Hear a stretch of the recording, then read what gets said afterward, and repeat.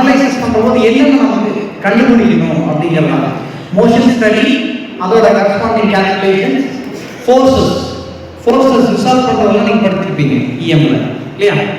அப்போ அந்த ஃபோர்ஸஸ் அதன் மூலமாக வரக்கூடிய ஸ்ட்ரெஸ்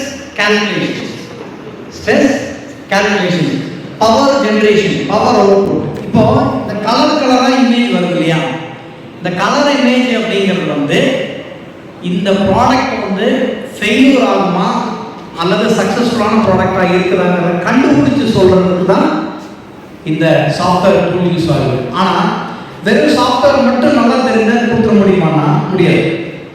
ஓகே, அதுக்கு தான் சிஏ டூல்ஸ் அப்படிங்கிறத நம்ம வச்சு மெயினாக எந்த ப்ராடக்டாக இருந்தாலும் மெட்டீரியல் செலெக்ஷன் அப்படின்னு சொல்லுவோம் இல்லையா? கரெக்டா? மெட்டீரியல் செலெக்ஷன் அப்படிங்கிறத நான் ஆல்ரெடி சொல்லியிருந்தேன். மோஸ்ட்லி டிசைன் டேட்டா புக்கை யூஸ் பண்ணக்கூடிய பர்டிகுலரான ஒரு போர்ஷன் இருக்குன்னா செலெக்ஷன் ஆஃப் மெட்டீரியல்ஸ். ஸோ அந்த மெட்டீரியல் செலெக்ஷன் பண்ணணும்னாலும் நீங்கள் டிசைன் டேட்டா புக்கில் இருக்கக்கூடிய கண்டென்ட் பரவாயில்ல தெரிஞ்சுக்கணும். சரியா?